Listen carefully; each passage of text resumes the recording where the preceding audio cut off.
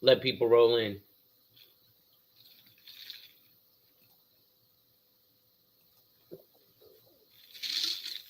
And why is my music not playing? Of course, my computer wants to act a fool today. That's okay.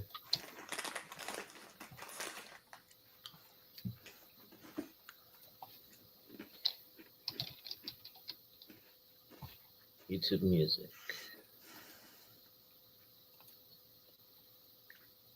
Why is everything not loading?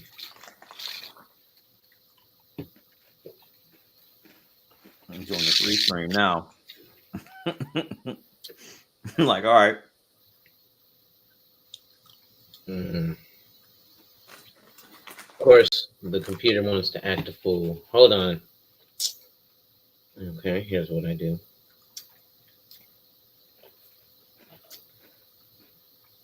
Yep. Okay, you know what? My computer just froze. Are you there? I'm here. Okay. Well, we're live, but my computer just froze. So I can't do anything. So I got to go through my phone. That's fine. Yeah, I'm having a hard time too. That's fine. Let's see what I got here.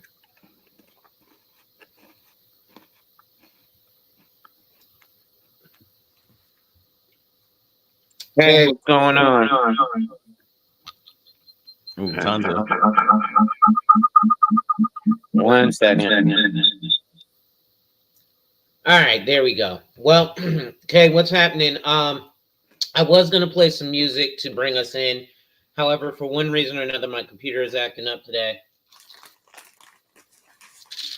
It's been 2 minutes, so let me go ahead and get in with the intro, and we'll get everything going.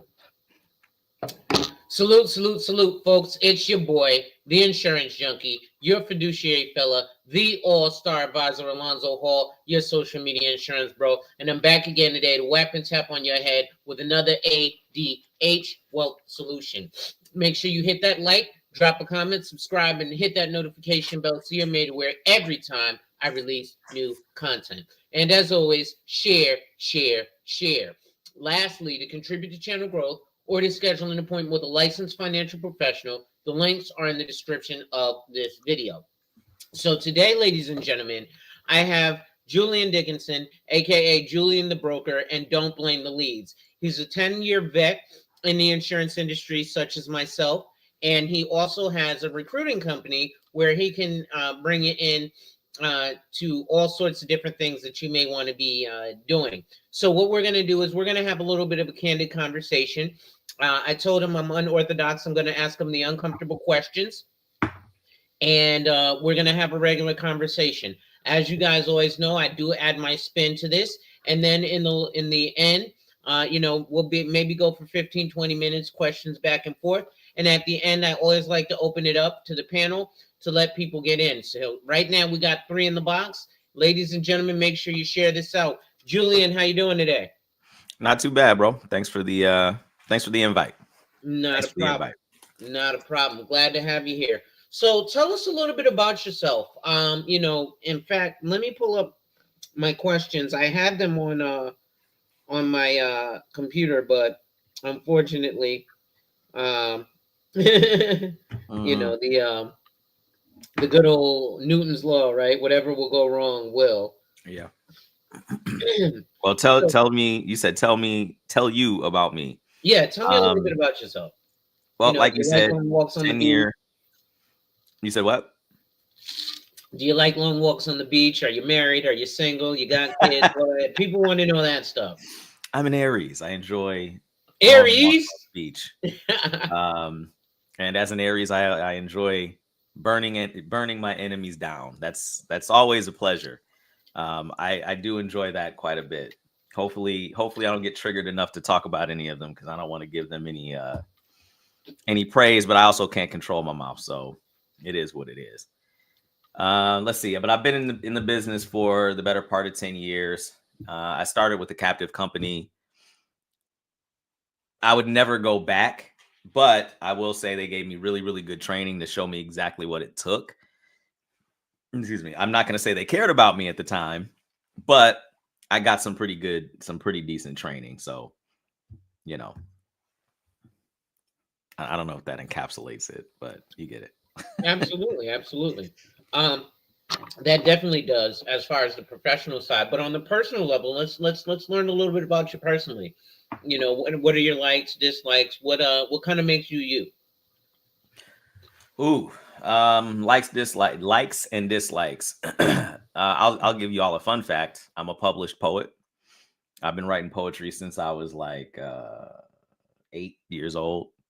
Now, I mean, granted, the type of poem an 8-year-old is going to write is going to be a lot different than somebody who's an 80s baby. But you know, it's always been a passion of mine. I've been on several stages performing, and it's kind of like writing is like the love of my life. You know, something else. I I enjoy mixed martial arts, but specifically jujitsu. Specifically jujitsu. So, you know, shout out to Coach Dion. Shout out to Marcus. People over there in Ohio. They'll never see this though. I don't know why I'm giving them a shout out, but I learned a lot in my You'd be jujitsu. surprised. I have a pretty wide net. I'm just saying. I'm just saying. But if y'all do see it, you know what up. Um, and that's not to say, by the way, that I'm a black belt in jujitsu, mind you. When I started in the business, I was getting good as a new person, I was getting good in jujitsu when I started this business, and I had to make a choice. So eventually, I said, let me follow the money because I just don't see myself getting $1 million in a jujitsu tournament. Not me. Not saying you can't. I'm just saying I didn't see it for myself. So let me go that route. Salute Hannibal. You said what? I was just greeting the audience as they came in. Okay, my bad. But yeah, that's it. That's pretty much 30,000 foot view, me in a nutshell, for sure. Awesome, awesome. I'm just sharing this out to broaden the audience. That's another thing I do love about this is that you can share it from your cell phone, so on and so forth. Um, so I do want to start asking you a few questions. Um, so I'll ask a few questions. You can feel welcome to answer them or not. You can then, from there, ask questions back that you may have. We'll banter back and forth. We'll have a regular conversation, and then we'll open it up if you're willing to, and time permits. Um, we'll kind of let some of the audience come up and speak to you and I, and ask general questions, so on and so forth. Right Um, on. so, what is your why? Why did you start the business? You want my real answer, or do you want my candid corporate answer? What would you what would you like? We don't take the bullshit over here. We curse, spit, smoke, and listen to gangster rap. So we want the real answer. All right. The real reason I got into this industry, I hate to say I was bored. But I did not wake up as a child saying like I want to do life insurance. Like that was never ever in a million years my thing. My whole 1 second. The whole thing was a friend of mine, actually a young lady I used to date. She has lupus, and she reached out to me one day asking if I knew anybody who sold life insurance. I think she was afraid of a flare up or however that works. I'm not a doctor, but y'all, hopefully someone will understand. So she asked if I knew someone, and I'd been to a recruiting meeting of it's a long story, but I knew a guy who worked for American Income Life, if I can say the name of the thing on your platform. But I knew a person there, and I reached out to him just to say, hey, a friend of mine needs life insurance. Do you still do life insurance? Sure. He did. Great. So I'm going to send you her number. And then when I connected them, I said, why am I giving him this commission? I don't know how much he made, but like, dang, why can't I do that myself? And I was working a semi-corporate job were, it was more like I was a regional sales manager. I was going around selling stuff to stores, and training them on the products. So they consolidated their team. I was let go, and it was fair. It was very fair. I didn't think we needed that many reps to cover such a small region. There was like 8 of us covering like 12 stores. Why? Like, so, you know, when that happened and I lost that, and then I'd given that referral to my former upline, I called him right back and said, "Hey, are you guys hiring by chance?" And he said, "Sure." He had me drive an hour out to be part of a meeting that I didn't even pay attention to, because by the time I got into my car and I knew I had to drive an hour, I said, "Well, I'm not doing nothing. I'm bored. I might as well do it." I was already going to do it. So, you know, the rest is history. Okay. That's pretty awesome. I like that, and I like the candidacy. You know, so be as candid as you want here. So that kind of gets me to skip the second question, but I'll go to the next one. Who's been your biggest supporter in your business? And it doesn't just have to be the insurance. I know you have a couple of businesses, so you can talk about all of them if you want. Ooh, biggest supporter. Outside of yourself, because everybody is going to be their own biggest supporter, obviously. Yeah, sometimes you know how this business is. There are days when you don't want to support yourself. Yeah. I've been on presentations with clients and literally was, while the client's talking, thinking, why are you shouldn't be doing this. You should not be doing this. When you worked at Best Buy, you'd have just walked away from this type of person. You know, like, I've been there. I don't know. I think biggest supporter in the business, not outside of the business, biggest supporter in the business, probably my second in command right now. She's been through a lot of the ups and downs that I've went through. She's fantastic. She does a lot of admin support. She does sales support with agents, helps them with IULs, annuities, you know, whole life term, whatever, onboarding process. I owe her a lot. Like, I really, really do. I think that she's probably in the business, like, the largest supporter I've had, and the most consistent too. So yeah. Okay. That's actually again, like I was saying earlier, consistency is key. And so that's definitely something that we all deal with. So that actually is a perfect segue into the next question, which is, you know, what's a challenge that you face in your business? Ooh, I think you know what? Hold on, let me go live too while I'm playing. Please do. I'll be right back.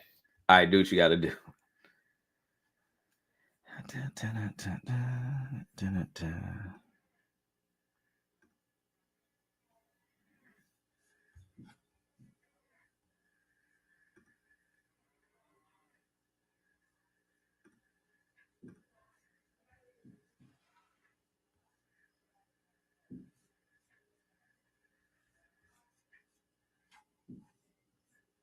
All right, sorry about that. I had to get some more water. I was choking on these here Doritos because they're spicy. That's what happens, man. The them hot Doritos will get you every time. It tingled the back of my throat, and I was like, I'm gonna die on stream. Right, but they're so good, I can't stop eating them. What's that old phrase? Once you pop, you can't stop. Once you pop, you can't stop. I don't know why this is not letting me go live. Are you doing the TikTok? Yeah. It said streaming not allowed. I have to apply for it. Oh yeah. I'm sorry, I forgot. You know why? Because I applied and got approved, but when you forget about it, you know, I haven't done anything with it, so I forgot. It's all right, I'll go on my phone. I'll do it the old-fashioned way. All right, let's see. Even though now I won't be able to see what people are saying. Let's see. You can multitask. I do multitasking sometimes too. Let me tell you something. I do multitask and I don't want to. I don't feel like it. I don't feel like it. Like no shade. I don't feel like doing it right now. I just want to. I gotta set up my other light. Cool. While we're at it, Hot Rod, what's going on, bro? Is that you? The Hot Rod person? Me? Yeah. Heck nah. Okay. Absolutely not. And Hannibal's in the building. Kay's in the building. I'm sure she will be here shortly. I don't know who that is. These are my regulars. Oh, okay. Okay. Yeah. Like I said, over here on YouTube, we get communities. So in a lot of the communities, people know me as the insurance guy. Like they're like, hey, when you need insurance, but like I don't even advertise for myself anymore. Most of my family does. And when I say family, I mean my YouTube family. Straight up. Because we built those relationships. Over on those other platforms, you're not really going to get that, where it's just, completely random people like, go over there and see so and so, you know what I mean? So we get that here. Let me know when you're live there and we'll continue. I'm just putting a thing here. All right. Now I'm going absolutely to crazy is all right. So I'm live over on TikTok now. Yeah, I'm gonna come and troll you. Oh, great. I get enough of those as it is. I get a lot of those on TikTok. So you'll be joining a well-established community. Well-established array of people. Let me grab my other phone so I can come and troll you on TikTok. Let me just turn off my camera while I don't need to do that. Yeah, straight up. Be right back. I'm just gonna go grab my phone. All good.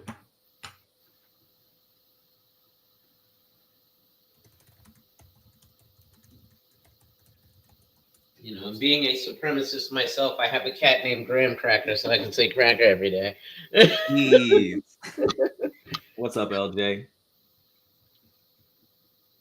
Yeah, I'll come holler at you on the tickety tockety. Oh, you are live, yes. I told you. Hey, you're live on YouTube. I'll be live on TikTok. You're there live we go. On YouTube. I'll be live on TikTok. Perfect. Bring that lower. So there we go. Yeah, I need to change. Hey, LJ, what's going on? Oh, and we hit up some likes up there on the tickety tockety. All right, and let me hit the accept, and there we go. Oh. All right. Whoop, what just happened here? All right. So let's keep it going. So I guess that, like I said, the next question would be, what is the biggest challenge that you face in business? Oh yeah, you did ask me that. Okay. As an agent or an agency owner, I think they're similar but different. So let's ask from the stance of an agency owner. Because that is even though being an agent is the business, I think the agency owner is more of a business than being an agent. Yeah, I mean, both are hard. Don't get me wrong. Honestly, I think it's probably harder to be an agent sometimes than an agency owner. But I think that my answer might change tomorrow. Okay, so this may be different. If you ask me tomorrow or a week from now or a week ago, this might be, a different answer. But I think as an agency owner, one of the hardest things is, I'll give you two. So first, being discerning about who you bring into your agency, right? Because things happen with agents. Like everybody goes through things in their life. And I, for one, understand when I'm going through something, I feel like I'm the only person in human history who's ever went through it. And then that feeling, especially if you don't have a good support system in and out of the business, that can tank you. And so having agents who are going through things or will go through things, that's hard, especially if the person's going through something financially. but it's more, like I said, more difficult finding a quality person that isn't just trying to get like a quick dollar or doesn't expect everything handed to them. That's very difficult. But then on the other side, it's managing situations with people that are going through things, especially if you know you've been through them too, without like demoralizing them, demotivating them. And I think that's a big common practice in the industry too. You know, like when I was new, for instance, I don't mean to kind of ramble, but when I was new, the my upline used to say, all of you are so concerned about your work-life balance. You know what I'm concerned about? My account balance. You need to only be concerned with your account balance, and then you can get a work-life balance. And he would say stuff like, he would say, if my mom died tomorrow and she had a funeral, I might not go because I know this business has to grow. And I'm going to skip out on every birthday party because that's how bad I want to be successful. And so like that kind of stuff blew me because he was telling us we had to be that way. Mm-hmm. Now, you know, my mother recently, like even yesterday, she's been going through some stuff. And I got on a meeting with my agents and I shared that, but not as a way to say like, if you aren't there for your mom, or if you try to visit your mom when she's sick and you're not writing business, you're trash. No, I'm not. That's not something that I would ever want to say to anyone. Mm-hmm. But that's like the culture that I came from. That's the stuff that we were being taught. And so I think that's one of the hardest parts, just to answer the question, just to land the plane. I think that's one of the hardest parts is recognizing that everyone has things that they go through, and then helping people through that stuff, and also continuing to help them do what they can for their family. It's a very delicate balance. Absolutely. Thank you for sharing that, by the way. I definitely hope for the best in this situation with your mom. But you know, I definitely understand that delicate balance. But that's the gift and the curse of this business, is especially almost all self-employment, is that you do actually have that ability to, if you're pushing for your account balance, maybe I miss the birthdays, but I don't miss the funerals or the hospital visits or the you know, wedding dress fittings or whatever it might be. Right. And so I think that's the beauty in this business. So what sets your company apart from others in the industry? Well, I'm glad that you asked. So you know what, I'm funny, and I'm happy that I'm saying this on TikTok too. I didn't want to go live for this. I'd rather do trainings on live. Mm-hmm. But the funny thing is, so many companies are the same. Mm-hmm. Everyone says they got the newest, shiniest, best leads. Everybody says they have the best comp plan. They got the best leadership, the best training, the best everything. And then you can, even though it's very difficult, you can side by side a lot of these companies, and it's like you're talking Walmart versus Target. Mm-hmm. You're talking CVS versus Walgreens. Sure, they're different, but they are across the street from each other. They're painted different colors, and you get pretty much the same stuff. Mm-hmm. Walmart's got better toys for your kids. You know, I'm sorry, Walgreens. Did I say Walmart? Walgreens is what I meant.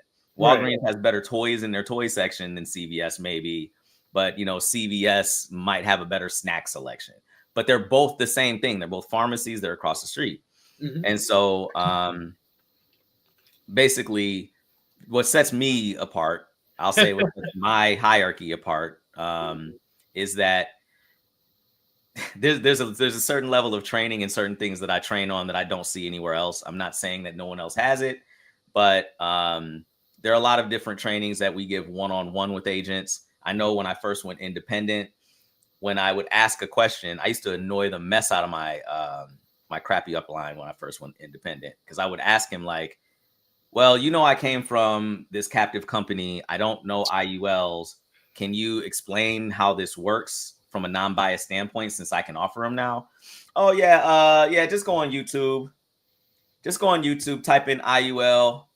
And I'm like, okay, I go on and there's 50 different videos from the same IMO. that say different things about IULs. And then I would go back, okay, well, listen, I watched like 10 videos and I'm still confused. Just write an IULE on Mutual of Omaha. That's how you do IULs. They're cheap anyway. They're great. They're great for the clients. Wrong. Wrong. Wrong. All right. True. Wrong. So again, just trying to answer your question. There's a certain level of training, and there's a lot of one-on-one stuff. I don't necessarily believe in hand holding, but I think everyone needs hand holding in the beginning. So we have a very strong level of making sure people are getting what they need. But then I also, as someone who sucked as a new agent, I've put a lot of things in place, a lot of things in place so that there's resources at the tip of your fingertips, at your fingertips. Whereas again, when I was an independent agent, hey, I'm really tired of, I don't know, they had a web page with like 10 different quoters on it. I don't want to do that. I didn't find out about insurance toolkits for several months, you know? So we have a lot of tools like that kind of baked into the stuff that we do. Annuity rate watch, insurance toolkits. There's another different type of quoter. All of that stuff is pretty much built into the materials. But then we have extra things. If I felt like sharing my screen, I'd show you. We have several things like ways, like quick reference guides for agents. But if any of my agents are on here, you don't know where that's at, not paying attention, reach out to me and I will show you where the quick reference guides are. I do a lot of AI training. I've been doing those on live here as well, because I have several certifications with AI. I also don't let my agents get screwed by crappy lead vendors, and unless they just really want to run to a lead vendor thinking that it's great. I've bought leads from a lot of these companies, y'all. A lot of them are not good. So I'm also teaching agents how not to use these marketing platforms. I want agents to do it themselves. Like, you got a license for a reason. The business isn't going to come to you. So let me show you how to do it yourself. Or at least let me put you in contact with some ethical people who aren't going to resell your leads once you bought them from them. So, other than that, I'm more transparent than an average person. I don't fall for, I try to teach agents, even if they leave my organization, the stuff to look out for when they're getting recruited. Like recently I had a guy, he had an issue that I just could not solve for him. That's a very long story. I won't get into it. And I told him, hey, look, if you want to leave, I get it. Let me explain to you what to look out for when you go out there. And if you need me, you just let me know. And that's what happened. He reached out. He said, hey, how about this group? Have you heard of these people? I'm like, no, never heard of them people before. So that's another thing too. Another big thing. Last thing. I'm sorry, this is long-winded. Very big thing that I think separates myself from a lot of these other people out there. I refuse to hold people's contracts unless they owe me money. If you're like, if somebody comes works with my organization and they decide they don't want to, you can go. Matter of fact, I'm going to put, you want to go. Please leave. I don't want you here.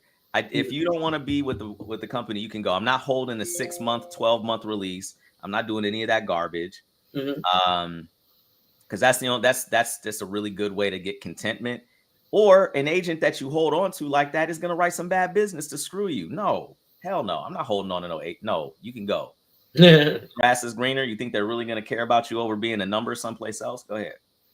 Right. So we have a comment here from Sharp when you were talking about the leads. She said, yeah, 1-800, we got the best leads. And we here is in the building. Salute, bro. I'm glad to see you. Thanks for the continued support. A few of these people here are actual clients. She says, captive is truly feeling like you are a captive. Yeah, Shar, I believe you're trying to get into the industry more on the health end. Definitely, if like I said, if you're tired of your CEO dancing in the video, come to Death Row. But I'm not the easiest one to work with or for. You've got my contact, so feel welcome to hit me up anytime. You know how we do. So let me ask you a couple more questions. Go ahead.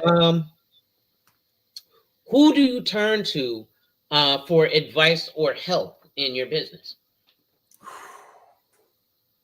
That's a really crazy question. Yes, I held these back from you. I had to manipulate. Yeah, I wasn't ready. I guess it really depends on what the issue is, honestly. If it really, really, really depends. Because not for nothing, I'm a little jaded, just a little bit, not a lot of it, just a little bit. Mhm. Because the way I don't know, I've been high up in a lot of these companies. I've been in the back. I've seen it all. Like, now I don't say I've seen it all. I've seen a lot of the stuff, and I know a lot of things that people don't know, like we talked about. Mhm. And so I realize when I do ask people for help, it has to run in my mind through the filter of what does this person know, or at least to my knowledge, what does this person know? Is it coming from a place of uneducation? Mhm. Like, how educated in everything is this person? And then, do I think if I ask this person a certain question, they're going to give me an answer that benefits them versus actually helps? And that's kind of usually where I stop with certain things, because I think most agents in this business and a lot of managers and uplines in this business, especially when you're captive, no shade to y'all captive people, because I've been there. I spent half of my career captive.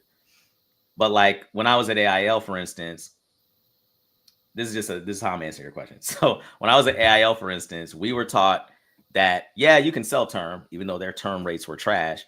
But they would say, oh, well, whole life is the best because it's more like owning versus renting your insurance. And, whole life is the best way. Why would you have a permanent problem called death?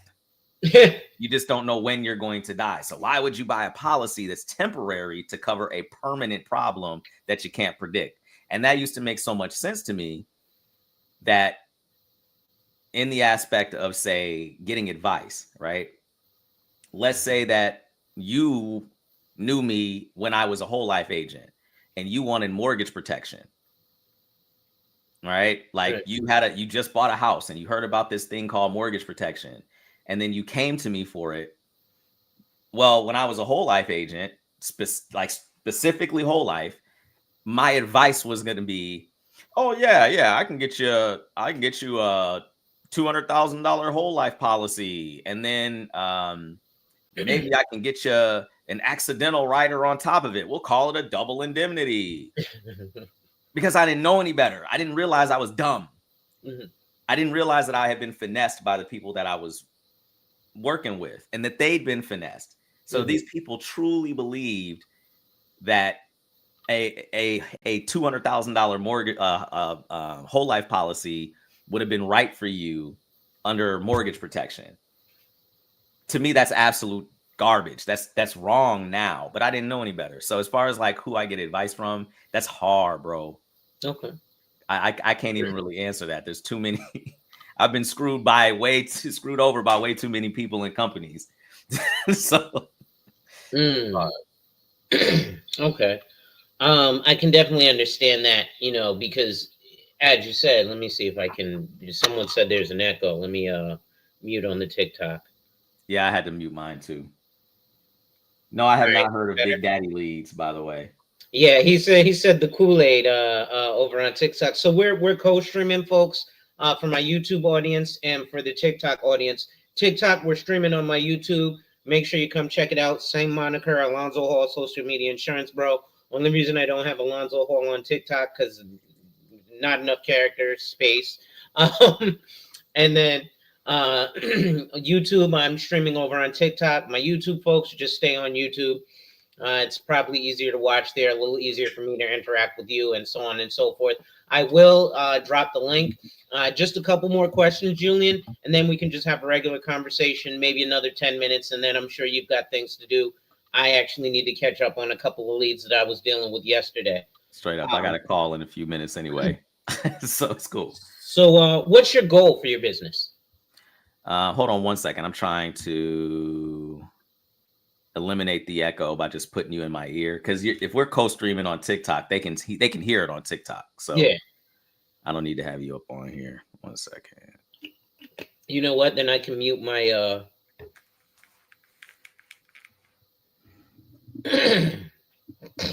All right, TikTok folks, did that fix the echo? Y'all still Yeah, hearing the put a echo? one in the chat if it fixed the echo on TikTok. Appreciate you saying that, Donna. Yes, she said yes. Appreciate you, Okay. LJ. All right, cool. Fly insurance guy. What up? My guy John, what's up?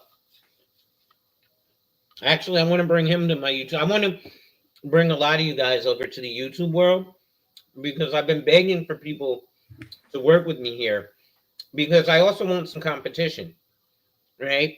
And people like, well, no, not that, I don't have, but it'll actually, it's kind of a personal thing. And you being in areas, you understand this, right? The reality is the more people who are out there doing it, the more this gets searched. The more this gets searched, the more I'm going to show up. I'm already big there, right? Money Mythbuster is huge on TikTok, but not over here on YouTube. If it comes to YouTube, I'm sure his audience will grow probably faster than mine just because of the people that know him. But those who are organically with me, they ain't going nowhere else because we built that relationship. Straight up. All right, what was the question again? Sorry about that. What's your goal for your business? Oh, my current goal. Ooh, I didn't want to say it out loud. So my current goal is 10 billion in production, 10 million in production. I'm not going to hit that this year. I know I'm not going to hit that this year. But this is a more long-term goal. There's a lot of things that I need us to do to get to a certain place. I'm not even going to discuss.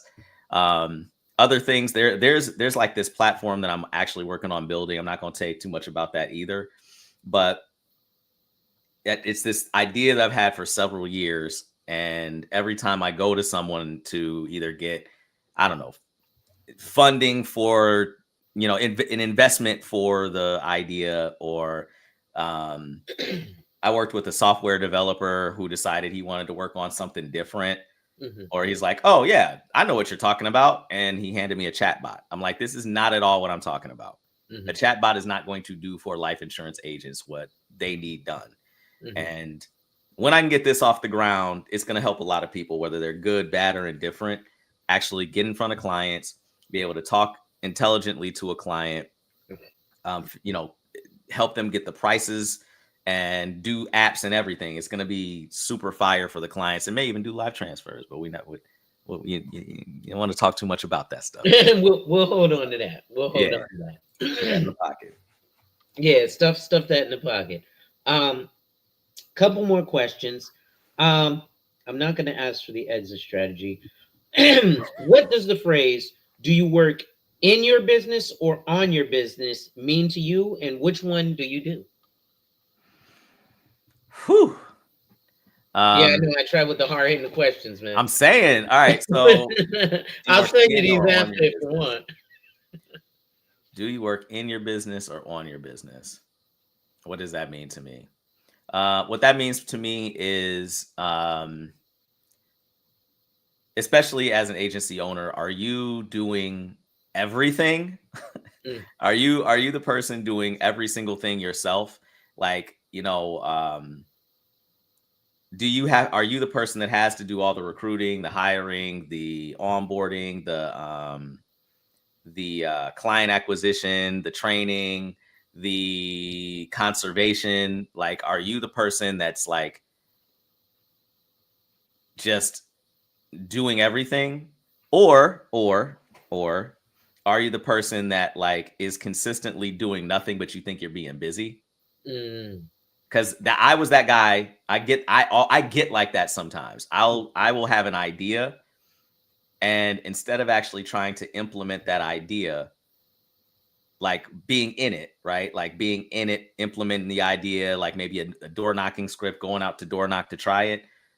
Sometimes I get micro focused on that actual script itself, and I'll look up and 3 hours have passed and I've tweaked this and I've done that. Or I know a lot of new agents can probably relate to the feeling of like, okay, I've got a license, I need a business card now.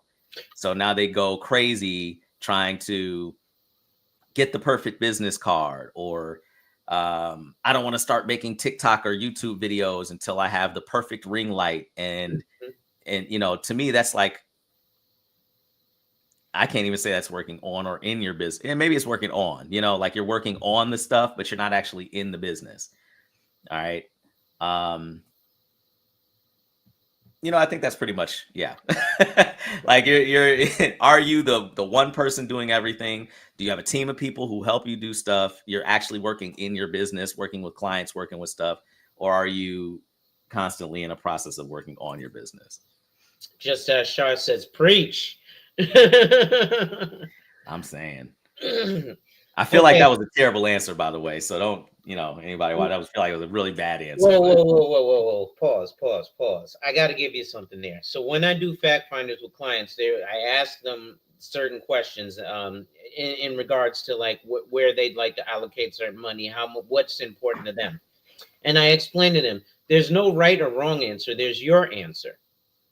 And your answer should be sufficient because your answer is not going to be my answer. It's not going to be Bob's answer. It's not going to be John's answer. Straight up. So there's your answer. That's it. And so it's not a bad answer. It's my answer. I think is bad, but I appreciate it. I appreciate it. No one's ever asked me that before. I'll let you own it. I'll let you own that. That's that Aries stuff, right? Accountability, man. Accountability. I'm not perfect. So last two questions. What's your favorite part of having your business? Meeting new people. Actually, my favorite part of the business is when I'm training a new agent or I'm training an agent and I give them some sauce and I can see a light bulb go off. Like, or when someone reaches out to me and says, hey, remember you did that referral training? I just tried it and it worked. I couldn't believe it. Like, I live for that stuff. I live for the fact that like that some of the craziness that I've been through and all these scars that I've got actually helped somebody else so that they didn't have to hit their head or burn their hand on the stove like I've done several times. So that's literally my favorite part. Shar says that's the best feeling in the world.